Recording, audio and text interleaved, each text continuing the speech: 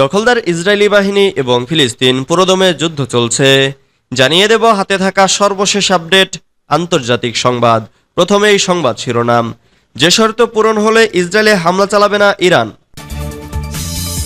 এরপর জানিয়ে দিব যুদ্ধবিরতি আলোচনায় রাজি নেতানিয়াহু। এদিকে রাশিয়ার বিমান ঘাঁটিতে বড় হামলার দাবি ইউক্রেনের। এরপর জানিয়ে দিব সৌদিতে আক্রমণাত্মক অস্ত্র বিক্রির নিষেধাজ্ঞা প্রত্যাহার করছে যুক্তরাষ্ট্র। আরও জানিয়ে দিব এবার পাকিস্তানে ছাত্র আন্দোলনের ডাক।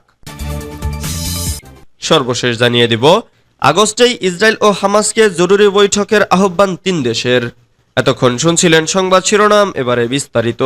তবে অনুরোধ থাকবে ভিডিওটিতে একটি লাইক করবেন এবং কমেন্ট করে জানিয়ে দিবেন কোন জেলা থেকে আপনি আমাদের এই ভিডিওটি দেখছেন। যে শর্ত পূরণ হলে ইসরায়েলে হামলা চালাবে না ইরান। হামাসের রাজনৈতিক শাখার প্রধান ইসমাইল হানিয়া হত্যার জন্য ইসরায়েলকে দায়ী করেছে মধ্যপ্রাচ্য সহ বিশ্বের বেশিরভাগ দেশ। এই হত্যাকাণ্ডের প্রতিশোধমূলক হামলা চালানোর জন্য প্রস্তুত রয়েছে ইরান, কিন্তু গাজা শান্তি আলোচনায় অগ্রগতির বিনিময়ে তেহরান পিছু হটতে পারে। জেদ্দায় এক জরুরি শীর্ষ সম্মেলনে জড়ো হওয়া আঞ্চলিক নেতারা একথা জানান। খবর সিএনএন ও আল জাজিরার। গাজায় যে কোনো মুহূর্তে ইসরায়েলের ভয়ঙ্কর ক্ষেপণাস্ত্র হামলা হতে পারে, এমন আশঙ্কায় ইরান তার প্রতিবেশী দেশ জুড়ে বিমানের সব ফ্লাইট বাতিল করা হয়েছে। হানিয়া হত্যার শোধ নিতে ইসরায়েলে হামলা চালাতে পারে ইরান, যা মধ্যপ্রাচ্যে একটি সর্বাত্মক যুদ্ধের সূত্রপাত ঘটাতে পারে। এ নিয়ে জরুরি বৈঠকের আয়োজন করে অর্গানাইজেশন অব ইসলামিক কোঅপারেশনস। সেখানে বৈঠকে ইরানের ভারপ্রাপ্ত পররাষ্ট্রমন্ত্রী আলী বাকেরি কানি তার একজন সহযোগীকে জানান তার দেশ একটি আঞ্চলিক যুদ্ধ শুরু করার দ্বারপ্রান্তে। ক্যামেরুনের পররাষ্ট্রমন্ত্রী বাগেরির ডান দিকে ইয়েমেনের পররাষ্ট্রমন্ত্রী তার বাঁ পাশে বসেছিলেন। তার এক কর্মকর্তা তাদের কানেও পৌঁছায়। মুসলিম সংখ্যাগরিষ্ঠ দেশগুলোর পররাষ্ট্রমন্ত্রীরা এ পরিস্থিতিকে একটি বিস্তৃত সংঘাতে রূপান্তরিত হওয়া থেকে রক্ষা করার জন্যই এ জরুরি বৈঠকের আয়োজন করেন। সেখান থেকেই শর্ত সাপেক্ষে ইসরায়েলে হামলা না চালানোর বার্তা পাওয়া যায় ইরানের তরফ থেকে। যুদ্ধবিরতি আলোচনায় রাজি নেতানিয়াহু। এবার গাজা যুদ্ধবিরতি আলোচনা পুনরায় শুরু করতে সম্মত হয়েছে ইসরায়েল। 15 আগস্ট থেকে এ আলোচনা শুরু হবে। যুক্তরাষ্ট্র, কাতার এবং মিশরের মধ্যস্থতাকারীদের দাবির প্রেক্ষিতে তেল আবিব সম্মত হয়। শুক্রবার ইসরায়েলের প্রধানমন্ত্রী বেনিয়ামিন নেতানিয়াহুর দপ্তর থেকে এ খবর দেওয়া হয়। এক বিবৃতিতে বলা হয়েছে, যুক্তরাষ্ট্র এবং মধ্যস্থতাকারীদের প্রস্তাবের পর ইসরায়েল যুদ্ধবিরতি আলোচনা পুনরায় শুরু করতে 15 আগস্ট একটি প্রতিনিধি দল পাঠাবে। যুদ্ধবিরতি চুক্তি বাস্তবায়নের বিস্তারিত বিষয় আলোচনা করতে সম্মত হওয়ার পর তারা এমন পদক্ষেপ গ্রহণ করল। যুক্তরাষ্ট্র, কাতার এবং মিশরের নেতারা বৃহস্পতিবার ইসরায়েল ও হামাসকে পুনরায় আলোচনা শুরুর আহ্বান জানায়। যুদ্ধবিরতি চুক্তি নিয়ে মতপার্থক্য কাটিয়ে উঠতে আগামী সপ্তাহে হয় দোহা বা কায়রোয় এই বৈঠক অনুষ্ঠিত হবে।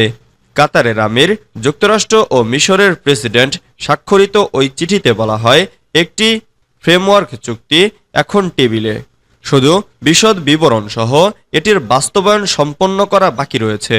যুদ্ধবিরতি আলোচনা শুরুর মধ্যেই গাজা ভূখণ্ডে হামলা অব্যাহত রয়েছে।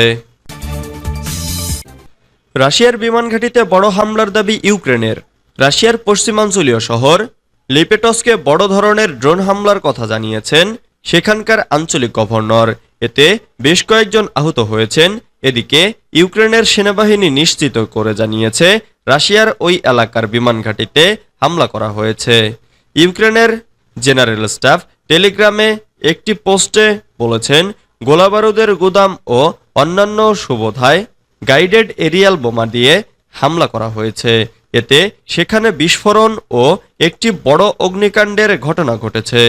ইউক্রেনের সেনাবাহিনী জানিয়েছে রাশিয়ার SU-34, SU-35, MiG-31 যুদ্ধবিমান ওই বিমান ঘাঁটিতে ছিল। সেখানে ওই হামলায় কী ধরনের ক্ষয়ক্ষতি হয়েছে তা নির্ধারণ করা হচ্ছে। লিপেটস্কের গভর্নর ইগোর আর্টামনভ বলেছেন, হামলায় অন্তত 9 জন আহত হয়েছেন। তাছাড়া বন্ধ হয়ে রয়েছে বিদ্যুৎ সরবরাহ। সেখান থেকে সরিয়ে নেওয়া হয়েছে শত শত মানুষকে।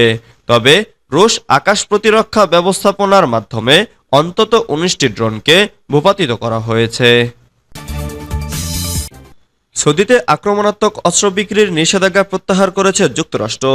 সৌদি আরবের কাছে আক্রমণাত্মক অস্ত্র বিক্রির নিষেধাজ্ঞা প্রত্যাহার করতে যাচ্ছে যুক্তরাষ্ট্র। শুক্রবার যুক্তরাষ্ট্রের পররাষ্ট্র মন্ত্রণালয় একথা জানিয়েছে। যুক্তরাষ্ট্রের পররাষ্ট্র মন্ত্রণালয়ের একজন কর্মকর্তা জানান, আকাশ থেকে ভূমিতে হামলা চালানোর মতো কিছু গোলাবারুদ সৌদিতে বিক্রি সংক্রান্ত নিষেধাজ্ঞা প্রত্যাহার করা হচ্ছে। প্রচলিত অস্ত্র হস্তান্তর নীতির আলোকে ধাপে ধাপে এসব গোলাবারুদ সৌদির কাছে হস্তান্তর করা হবে। সৌদিতে যুক্তরাষ্ট্রের অস্ত্র বিক্রির নিষেধাজ্ঞা প্রত্যাহারের বিষয়ে সম্প্রতি সবার আগে খবর প্রকাশ করেছিল রয়টার্স। তখন 5টি সূত্রের বরাতে ওই খবর প্রকাশ করা হয়েছিল। চলতি সপ্তাহে সৌদিতে অস্ত্র বিক্রির বিষয়ে যুক্তরাষ্ট্রের কংগ্রেসকে জানিয়েছে বাইডেন প্রশাসন। একটি সূত্র জানায়, অস্ত্র বিক্রির বিষয়টি আগামী সপ্তাহ থেকে শুরু হতে পারে। শুক্রবার বিকেলেই বিক্রি সংক্রান্ত দাপ্তরিক কাজ শুরু করেছে মার্কিন প্রশাসন। এবার পাকিস্তানে ছাত্র আন্দোলনের ডাক। এবার পাকিস্তানে আন্দোলনের ডাক দিয়েছেন দেশটির শিক্ষার্থীরা। দেশের সংবিধান পুনরুদ্ধার এবং ছাত্র সংঘাতগুলোকে উজ্জীবিত করার লক্ষ্যে প্রধান বিরোধী দল পাকিস্তান তেহরিকি ইনসাফের ছাত্র শাখা এই আন্দোলনের ডাক দিয়েছে। স্থানীয় সংবাদ মাধ্যম ডন বলেছে, স্পষ্টতই শেখ হাসিনা সরকারের পতন ঘটানো বাংলাদেশি ছাত্রদের আন্দোলনে প্রভাবিত হয়ে পাকিস্তান তেহরিকি ইনসাফের ছাত্র শাখা ইনসাফ স্টুডেন্ট ফেডারেশন বিক্ষোভের ডাক দিয়েছে। বৃহস্পতিবার 8 আগস্ট রাজধানী ইসলামাবাদে ন্যাশনাল প্রেস ক্লাবে এক সংবাদ সম্মেলন করেন ইনসাফ স্টুডেন্ট ফেডারেশনের প্রতিনিধিরা।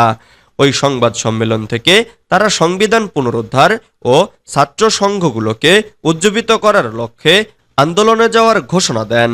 আইএসএফ এর প্রেসিডেন্ট আরসলান হাফিজ, ভাইস প্রেসিডেন্ট আমজাদ আলী এবং অন্যান্যরা বলেন, পাকিস্তানে এখন ফ্যাসিবাদী শাসন চলছে।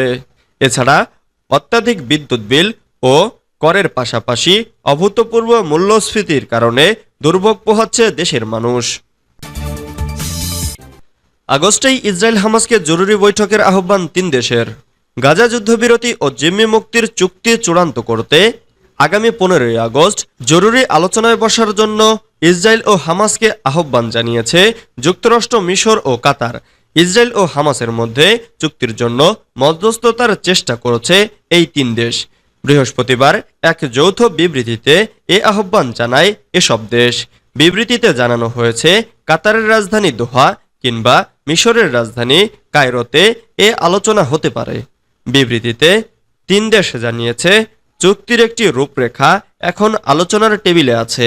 এর বাস্তবায়ন সংক্রান্ত বিষয়গুলোর বিস্তারিত নির্ধারণ কেবল বাকি আছে। নষ্ট করার মতো সময় নেই কিংবা আরও বিলম্ব